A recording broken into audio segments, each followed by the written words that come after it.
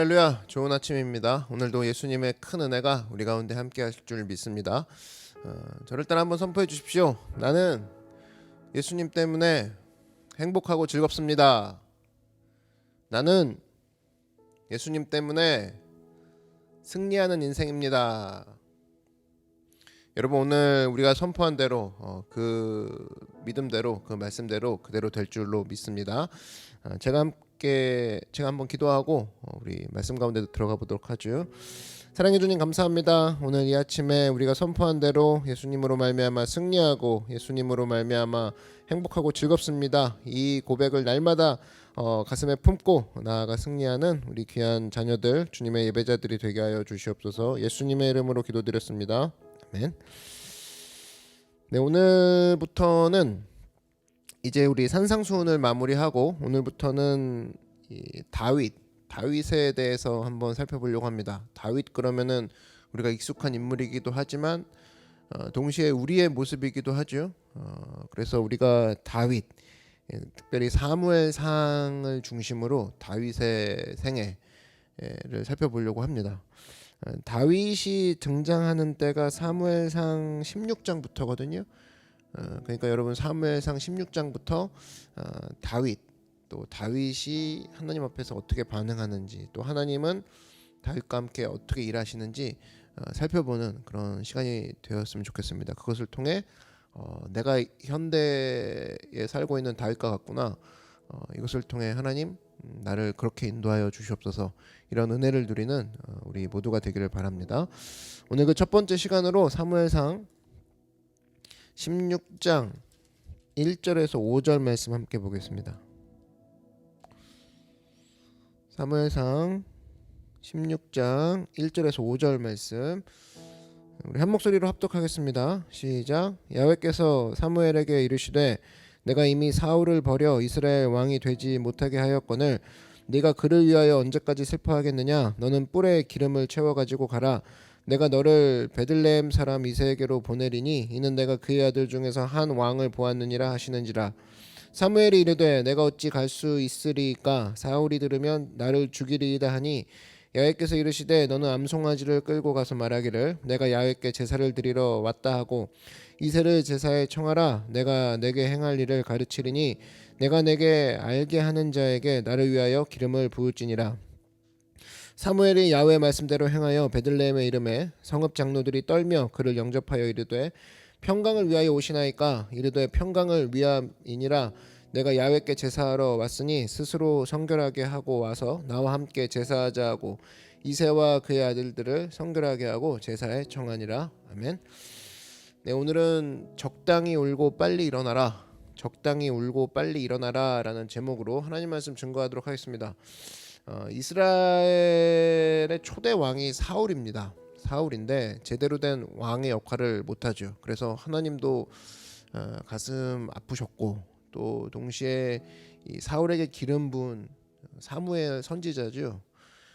이 사람도 가슴이 아팠어요. 그래서 오늘 본문보다 이 앞에 나오는 사무엘상 15장 11절 한번 보시면 이런 얘기가 나옵니다. 내가 사울을 왕으로 세운 것을 후회하노니 그가 돌이켜서 나를 따르지 아니하며 내 명령을 행하지 아니하였음이니라. 하나님께서 이렇게 말씀하셨어요. 이 말씀을 듣고 사무엘이 근심하여 온 밤을 야훼께 부르짖으니라. 그러니까 아마도 사무엘도 가슴이 아팠던 것 같습니다. 이걸 놓고 간절히 기도하고 막 울고 또 부르짖었어요.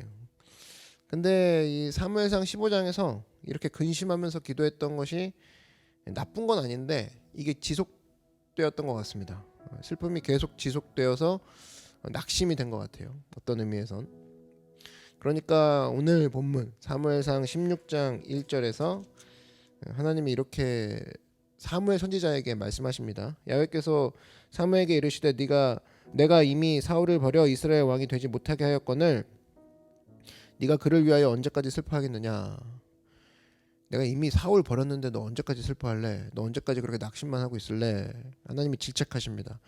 이걸 통해서 알 수 있는 게 뭐냐면 지나친 슬픔도 잘하는 게 아니다라는 것을 알 수 있는 본문이죠. 지나친 슬픔도 불순종이 될 수 있다, 이것을 보여줍니다. 잘 보면 우리가 이제 다윗의 생애를 좀 살펴볼 건데 미리 좀 다윗의 생애를 좀 앞질러 보면 사무엘과 정반대적인 태도를 보인 게 다윗이었어요. 오늘 사무엘은 지나치게 슬퍼하죠. 근데 다윗은 특별히 사무엘 저 뒤쪽에 12장에 나오는 다윗의 모습을 미리 한번 살펴보면 다윗이 밧세바와 범죄를 했습니다. 범죄가 아닐 수 없죠. 명백히 범죄입니다. 근데 범죄 가운데 임신해서 아들을 낳죠. 근데 그 아들이 병에 걸립니다. 하나님이 치신 것이다. 성경이 그렇게 나오지 않습니까? 근데 이 사무엘하 12장 16절에서 다윗의 태도가 이래요. 다윗이 그 아이를 위하여 하나님께 간구하되 다윗이 금식하고 안에 들어가서 밤새도록 땅에 엎드렸으니 다윗의 태도가 뭐였어요? 일단은 금식했어요. 그리고 일단은 금식하고 거기다 철야 기도까지 했습니다. 그러니까 금식과 철야 기도를 했다라는 것은 자기가 할 수 있는 간절한 최선의 기도의 모습 아니에요? 다 했다라는 거예요. 너무 간절하게 흐느끼면서 간구했습니다. 어느 정도냐면 주변의 신하들이 간섭할 수 없을 정도로 왕이 너무 처절하게 기도하니까 그런 상황에서 접근하지 못했다라는 겁니다. 그러다가 아이가 죽었죠. 그러니 뭐 신하가 감히 말을 못하겠죠. 저렇게 슬퍼하는데 어떻게 아이의 죽음을 알릴 수 있을까? 그런데 다윗이 눈치채고 아이가 죽었느냐 물으니까 네 그렇습니다. 그럴 때 사무엘하 12장 20절 보니까 다윗의 행동이 이렇게 변화됩니다. 다윗이 땅에서 일어나 몸을 씻고 기름을 바르고 의복을 갈아입고 야훼 전에 들어가서 경배하고 왕궁으로 돌아와 명령하여 음식을 그 앞에 차리게 하고 먹은지라. 그러니까 다윗이 일어나서 샤워하고 뭐 화장하고 목욕하고 그랬다는 거예요. 예배드리고 무지 먹었다 그 얘기입니다. 그랬더니 신하들이 의아해가지고 묻죠. 왕이시여 어떻게 그러실 수 있습니까? 어떻게 된 겁니까? 묻습니다. 그렇게 슬퍼하더니만 어떻게 이렇게 행동이 변화됩니까? 의아해서 묻습니다. 그때 다윗이 해석을 해주는데 그 해석이 이래요. 이르되 아이가 살았을 때 내가 금식하고 운 것은 혹시 야훼께서 나를 불쌍히 여기사 아이를 살려주실는지 누가 알까 생각함이거니와. 그러니까 애가 죽지 않았을 때 간절히 기도하면 혹시 살 수도 있는 거 아니냐 하나님의 은혜 가운데서 그렇게 기도했다라는 거예요. 근데 지금은 죽었으니 내가 어찌 금식하랴 내가 다시 돌아오게 할 수 있느냐 나는 그에게로 가려니와 그는 내게로 돌아오지 아니하리라. 죽은 애가 돌아오겠니? 그것 때문에 왜 내가 금식하고 왜 내가 밥 굶고 있겠니? 밥 먹고 미래를 향해서 오히려 뛰는 게 매진하는 게 낫지 않느냐. 이게 다윗의 태도였다는 겁니다. 한마디로 과거에 묶여서 슬픔 가운데 있는 모습이 아니었다라는 거예요. 지금도 우리 가운데 보면은 많은 사람들, 특별히 우리가 모두가 그렇거든요. 에너지가 한정돼 있어요. 내가 갖고 있는 에너지. 근데 그 에너지를 과거에 묶여가지고 자기가 했던 일, 지나간 일, 뭐 돌이킬 수 없는 일, 이미 다 끝난 일 거기에 매달려서 에너지를 다 탕진하는 사람이 있습니다. 오늘 하나님께서도 16장 1절에 내가 이미 사울을 버려 이미 하신 일이 있거든요. 이미 일이 됐다고. 근데 내가 오늘 갖고 있는 에너지를 이미 저질러진 일을 후회하는데 다 쏟는 사람이 있어요. 물론 우리가 과거에 잘못된 일들이 있죠. 그러면 하나님 앞에 철저히 회개라는 것을 합니다. 그러면 하나님도 그 일에 대해서 잊어버리신다 하셨죠. 하나님도 잊으셨는데 우리도 잊어버려야 되는 게 마땅하거든요. 그래서 우리가 오히려 현재 나에게 주신 달란트, 시간, 은사, 그죠? 능력 이런 걸 가지고 미래 쪽으로 뛰어나가 매진을 해야 되는데 마귀는 할 수만 있으면 우리를 넘어뜨리려고 어떻게 하느냐? 오늘 갖고 있는 에너지를 오늘 밥 먹고 힘이 난 에너지를 과거에 후회하고 과거에 슬퍼하는 데다 다 쓰게 만드는 거예요. 그러니까 미래로 나갈 힘이 없게 만드는 겁니다. 그러니까 뭐 그 이름이 그런 거죠. 우리의 모든 에너지를 어디다 붓느냐? 뭐 이름 붙인다 그러면 상처, 뭐 이런 거 있죠. 후회, 아픔 이따위 이름 붙여놓고 난 다음에 거기에 매달리게 하는 거. 이게 마귀의 전략이라는 겁니다. 그래서 여러분 사도 바울 보십시오. 사도 바울은 진짜 후회할 거 많았던 사람입니다. 예수님을 과거에 핍박했던 사람이죠. 한마디로 말해 순학질이었습니다. 그런데 그가 뭐 사역하면서 과거에 연연해서 막 주저앉는 일 뭐 본 적 있나요? 얼마나 있습니까? 그냥 한마디로 딱 얘기하죠. 내가 과거에 뭐 핍박자였어. 근데 뭐 그걸로는 조금 미안하니까 횡포자였어. 포행자였어. 그 다음에 뭐 조금 아쉬우니까 회방자였어. 뭐 이러잖아요. 요거 한번 디모데전서에 나오고 그런 표현이 없습니다. 과거에 뭐 얽매여 갖고 스테반 죽일 때 내가 바로 옆에 있었지, 나였어, 뭐 돌멩이 던진 게 나야, 뭐 돌멩이 들어갖고 자기 손 막 찢고 막 이러지 않는다는 거예요. 싹 잊어버리고 그 다음에 한 일이 뭐예요? 내게 주신 사명을 생각하죠. 은혜의 복음 증거하는 일 외에는 그거 마치려 하면은 나의 생명을 조금 더 귀한 것으로 여기지 않는다. 생명을 걸기는 걸지 어디다 걸어요? 과거에 걸지 않고 미래로 걸죠. 과거의 아픔과 상처에 걸지 않고 미래의 사명에 걸어버리죠. 요게 성도의 모습이라는 겁니다. 악한 마귀는 오늘 나에게 주신 에너지를 전부 다 과거로 향하게 해요. 그때 그랬다라면, 그죠? 내가 잘못했어. 내가 그때 엄청 후회할 짓을 했지. 과거를 잊지 못하게 만들어 버립니다. 한국에서 제일 무서운 문화를 꼽으라 그러면 저는 하나 꼽을 수 있는 게 한이라고 해요. 한풀이 막 이러죠. 한풀이. 한이 뭡니까? 한마디로 과거에 묶여 있는 거죠. 이거 말고 미래를 향해 매진해 나아가야죠. 한이라는 단어가 사실은 뭐 보면은 일제 시대 때 많이 썼는데 왜 그런 거예요? 그 머리 쓰는 거죠. 너희들은 한 많은 민족이다. 뭐예요? 과거를 생각하라. 과거에 받은 너희들의 상처, 슬픔 여기에 얽매여 있으라. 이런 장치거든요. 미래를 생각하지 못하는 거예요. 미래로 나아가야죠. 마귀는 항상입니다. 과거 때문에 무슨 일 못하게 만들어요. 상처받아서 뭐 못하게 만들고, 후회해서 뭐 못하게 만들고, 자기 열등감, 옛날에 실패했던 과거를 이게 계속 쟁여놓고 보는 게 열등감 아니에요? 그것 때문에 또 못하게 만들고, 정신적으로 우리를 묶어놓는다. 이게 마귀의 전략이라는 겁니다. 그래서 여러분, 이런 거죠. 우리 가운데 어떤 때는 이런 거예요. 신학적인 이론, 엉터리 같은 신학적인 이론 하나 딱 붙들고 이런 얘기합니다. 무슨 가게에 흐르는 저주 뭐 이런 거 있죠. 이걸 또 비싼 돈을 들여서 또 책을 사서 봐요. 그러니까 독서에서 시간 낭비, 책 사서 돈 낭비, 그리고 상처 입고 괴로워하고, 자기는 내 과거 때문에, 특별히 우리 집안의 과거 때문에 내가 망할 수밖에 없다라는 그 이론을 확립해 놓고 나가죠. 그러니까 자기가 망하는 것을 합리화시킵니다. 참 훌륭한 인생이죠. 그런 인생들은 참 잘났습니다. 여러분 보세요. 다윗이 밧세바와 범죄했습니다. 그리고 아이를 낳다가 그 아이가 죽었어요. 그리고 난 다음에 사무엘하 12장 24절에 다윗이 했던 행동이 어떤 행동을 했냐? 다윗이 그의 아내 밧세바를 위로하고 그랬어요. 저는 이게 남자라고 생각합니다. 밧세바 딱 쳐다보면서 이 요망한 건 약의 화신아, 뭐 네가 부른다고 오냐? 네가 꼬셨기 때문에 내가 간 거 아니냐? 막 이런 얘기 없습니다. 그의 아내 밧세바를 위로하고 핑계대지 않았다는 거예요. 과거에 대해서 자기 와이프도 받았던 상처 위로하고 그에게 들어가 그와 동침하였더니 그가 아들을 낳음에 그 이름을 솔로몬이라 하니라. 야훼께서 그를 사랑하사. 여기서 역전돼 버리죠.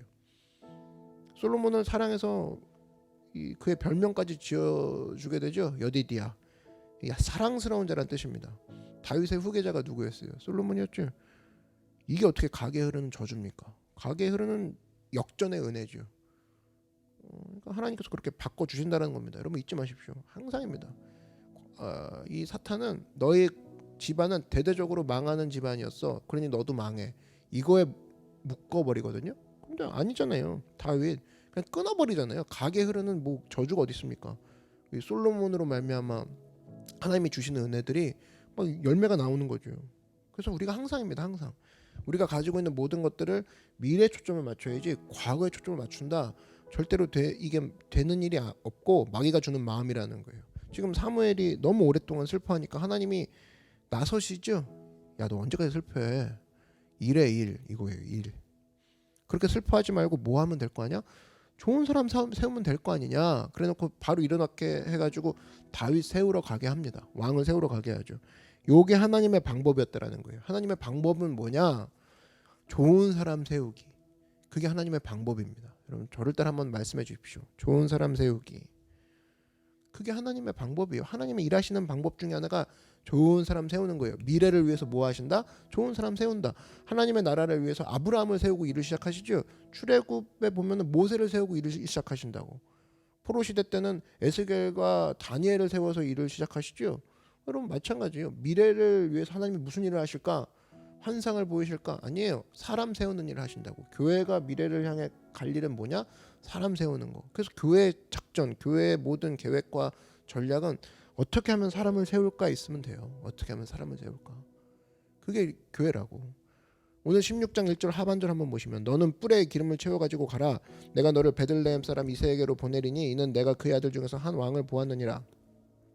그럼 사무엘아 너 슬퍼만 하지 말고 이스라엘 과거 망한 과거 이거 생각하지 말고 사람 세우면 될 거 아니야. 사람 키우면 될 거 아니야. 이새의 집에 가가지고 한 명 골라가가지고 새로운 왕을 세우면 될 거 아니냐. 그 얘기하는 거예요. 왕으로 기름 부음 받았다고 사실은 곧장 왕이 되진 않았죠. 그렇지만 뭐 한 거예요? 씨를 뿌린 거죠. 씨.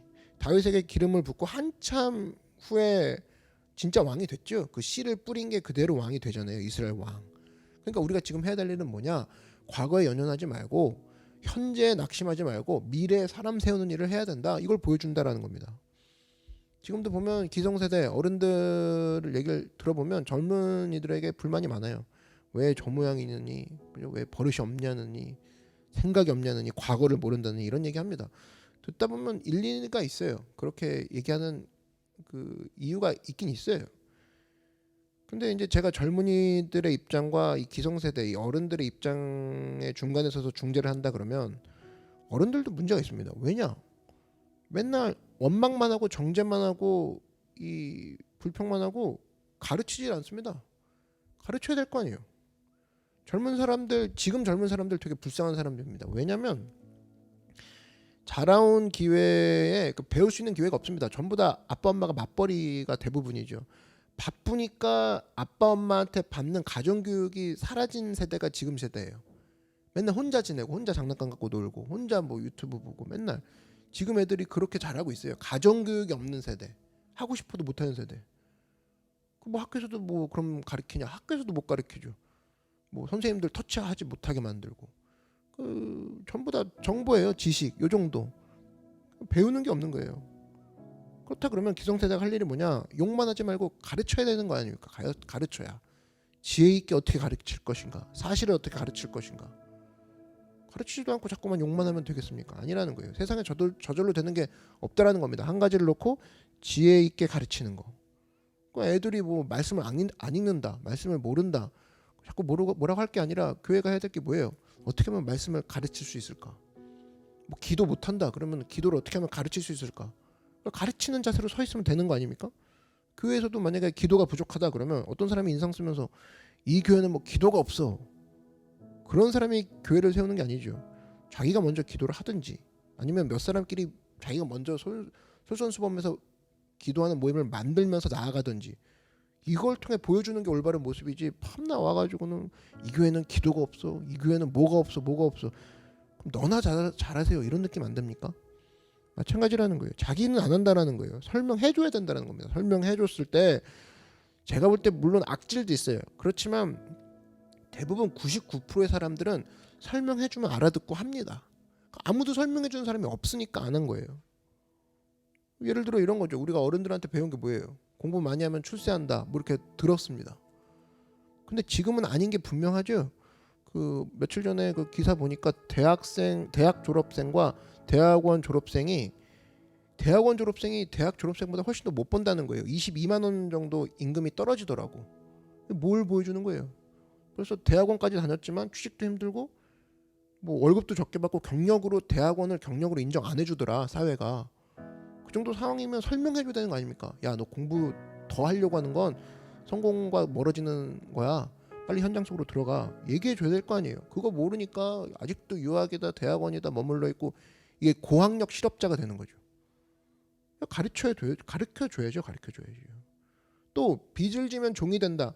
여러분 이거 모르는 사람 은근히 많습니다. 젊은이 중에 상식이라 생각하죠. 이게 생각보다 몰라요. 카드를 긁으면 그게 끝인 줄 알아요. 카드를 긁으면 자기가 갚아야 된다는 걸 몰라요. 이거 알아야죠. 이게 모르는 친구들이 많다니까요. 우린 이해가 안 되죠. 젊은 친구들이 이런 사람들 되게 많아요. 가르칠 거 아니에요. 가르쳐야 될 거 아니에요. 그러면 네가 10원이라도 긁으면 네가 10원을 내는 거야. 이거 알려줘야죠. 갚지 않으면 이자라는 게 불어나게 되는 거야. 그리고 그게 너의 미래를 깎아먹게 되는 거야. 알려줘야죠. 그래서 빚을 지는 것은 종이 되는 거와 마찬가지야. 그게 좋은 게 아니야. 알려줘야죠. 그래서 열심히 가르치고 설명해줘야 된다는 겁니다. 저절로 알 수 있는 게 없다라는 거예요. 그러면 우리가 내게 주신 많은 은사와 기회와 시간과 재능들이 있습니다. 이걸 가지고 남을 정죄하고 남에게 원망하고 불평하고 색안경 쓰고 보는데 에너지를 쓸 게 아니라 가르치는 데 힘써야죠. 야, 모르니까 제가 저러는구나. 빨리 설명을 어떻게 해줘야 될까. 거기다 힘을 줘야죠. 미래를 위해서 사용하는 게 그겁니다. 내게 주신 것들을 가지고 그 날카로운 눈과 세련된 언어를 가지고 저 사람을 어떻게 깔까. 그게 아니라 저 사람에게 어떻게 설명해 줄까, 어떻게 보여줄까, 이걸 고민하는 대로 쓰라는 거예요. 그렇게 에너지를 변환시키라는 겁니다. 그거라는 거예요. 미래를 위해서 투자하는 게 별게 아닙니다. 그거예요. 근데 내가 갖고 있는 걸 가지고 과거를 향해 바라보고 그 과거를 보고 계속 얽매이게 만드는 거, 이건 마귀의 장난이라는 거예요. 항상입니다. 하나님의 성령께서는 우리에게 물어봐요. 언제나 도전합니다. 너 언제까지 슬퍼하겠느냐? 언제까지 슬퍼하겠느냐? 너 일어나서 미래를 향해서 걸어가서 왕을 세우고 그 왕에게 가르치고 그 왕이 설 수 있도록 네가 너에게 주신 재능과 시간과 노력을 거기다 투자하라. 오늘 성령께서 그렇게 얘기하신다는 겁니다. 이게 하나님의 방법이라는 거예요. 사람을 세우는 거. 그래서 여러분이 하실 수 있는 일이 그겁니다. 사람 세우는 일이에요. 사람 세우는 일. 울지 말라 이겁니다. 적당히 울고 일어나라 이거예요. 사람 세우는 쪽으로 가라 이겁니다. 또 한 가지, 이렇게 사람을 세우고 왕을 세우고 이런 좋은 일을 하는 가운데서도 사실은 옳은 일이지만 위험성은 있다라는 거예요. 저항이 있을 수 있다라는 겁니다. 당연히 있죠. 여러분, 사울이 가만히 있겠습니까? 사울 왕이 버젓이 살아있는데 사무엘이 가가지고 새로운 왕을 세운다 이 사실을 알면 가만히 있지 않죠. 죽이려고 하죠. 뭘 알 수 있는 거예요? 항상 이 세우는 일, 미래를 세우는 일, 사람을 세우는 일에는 방해가 따르기 마련이다라는 거예요. 오늘 2절 한번 보십시오. 사무엘이 이르되 내가 어찌 갈 수 있으리이까? 사울이 들으면 나를 죽이리이다 하니 야훼께서 이르시되 너는 암송아지를 끌고 가서 말하기를 내가 야훼께 제사를 드리러 왔다 하고. 교회에서도 마찬가지죠. 사람을 세우려고 하면 기존에 세웠던 사람들이 또 들고 일어나는 경우도 있죠. 왜 우리한테는 그렇게 안 해주냐고, 뭐 이런 거. 이 기존 한국 교회에서 계속 돌아가면서 일어났던 일들입니다. 그 앞에 세대들이 뒷세대들을 이끌어주고 밀어줄 생각 안 하고 왜 그 사람 세우냐는 거예요. 왜 내 자리에. 웃긴 거죠. 그걸 하고 있다는 거예요. 그런 저항과 방해가 있다는 거예요. 사울 왕 자기가 하나님께 기름 부음 받은 걸 생각 못하고 자기가 돌아볼 생각을 안 하고 사무엘을 죽이려고 하는 의도를 품고 있는 거, 그게 방해죠. 그런 방해가 항상 있다는 겁니다. 벌써 세우는 게 공격받는 거죠. 교회가 세우는 일을 하는 게 교회인데 교회는 공격받을 수 있다는 겁니다. 교회 아니든 교회 밖이든 보통 아니죠. 방해가 있다라는 거예요. 그럼 넘어뜨리는 세력이 있는데 그때 하나님이 주시는 지혜가 뭐냐? 제사 드리러 왔다 그러면 되는 거 아니냐, 사무엘아. 그런 얘기를 하시는 거예요. 어떤 사람이 이거 거짓말이라고 하는데 거짓말이 아니고 진짜 제사 드리러 가는 거예요.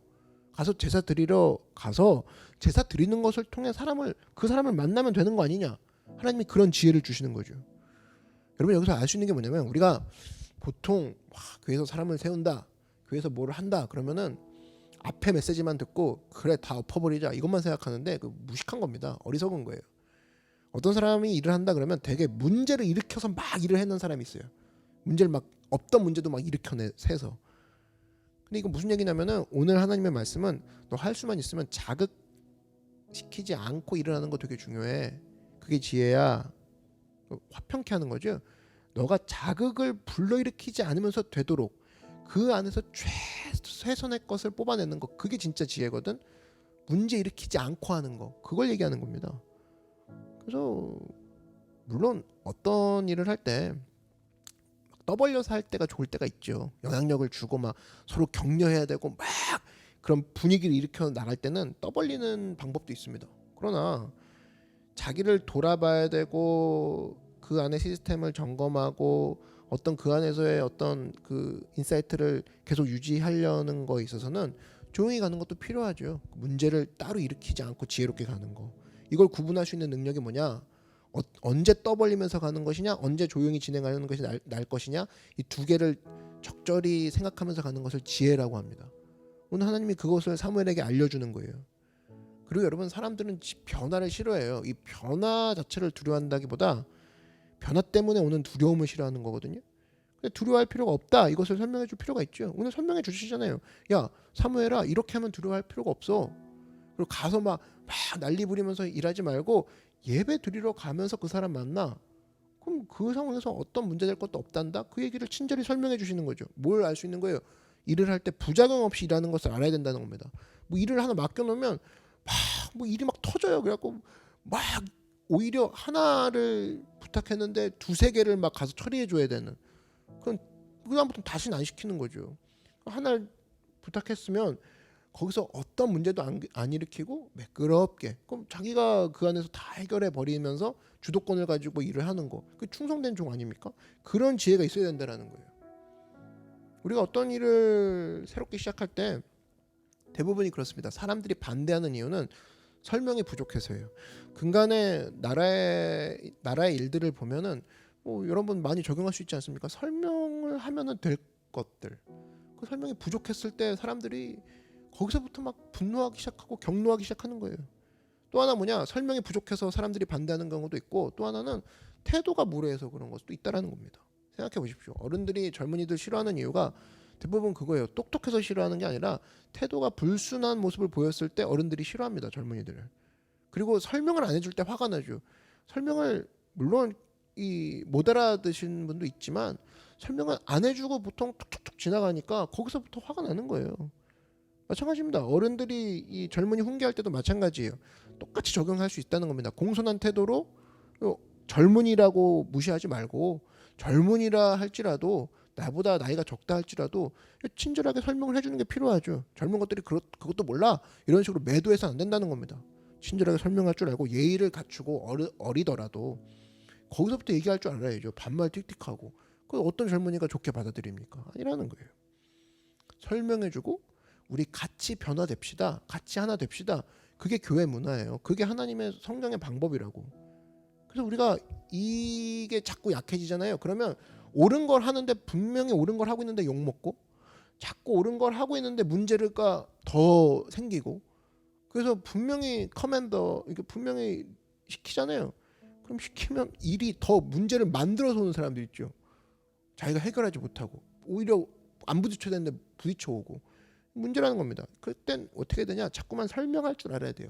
설명하고 무례한 모습은 나에게 없나 돌아볼 줄 알아야 되고 설명 제대로 하고 공손하기만 하면 문제될 게 없어요. 그걸 얘기하고 있다는 겁니다. 하나님의 지혜를 구해야 돼요. 부딪힌다고 다 되는 게 아니라는 겁니다. 어떤 때는 사람들의 마음을 상하지 않게 하면서 일을 해낼 줄 아는 지혜 그게 필요하다는 거예요. 그러므로 우리가 해야 될 일이 뭐냐? 미래를 위해서 씨를 뿌리고 미래를 위해서 투자하는 모습이 필요하다. 그리고 그 일을 할 때는 반드시 위험과 장애가 있어요.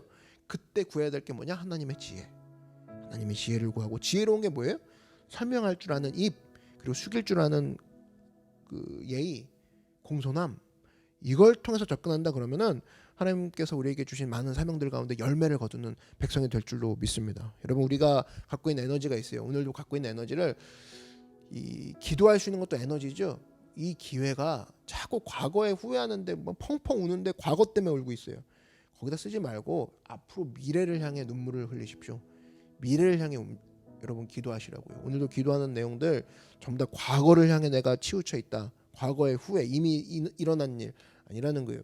미래 쪽으로 내가 사람을 세우고 하나님의 미래의 소망 그리스도 우리의 소망이라고 그랬잖아요. 그렇죠? 새로운 사람을 세우고 새로운 시대와 미래를 향해 집중할 수 있는 그런 백성이 될 수 있도록 그런 백성의 축복이 여러분 가운데 있기를 주님의 이름으로 축원드립니다. 다 같이 고개 숙여 기도하겠습니다. 사랑해 주님 감사합니다. 하나님 오늘 지나친 슬픔은 불순종이라는 것을 깨달았습니다.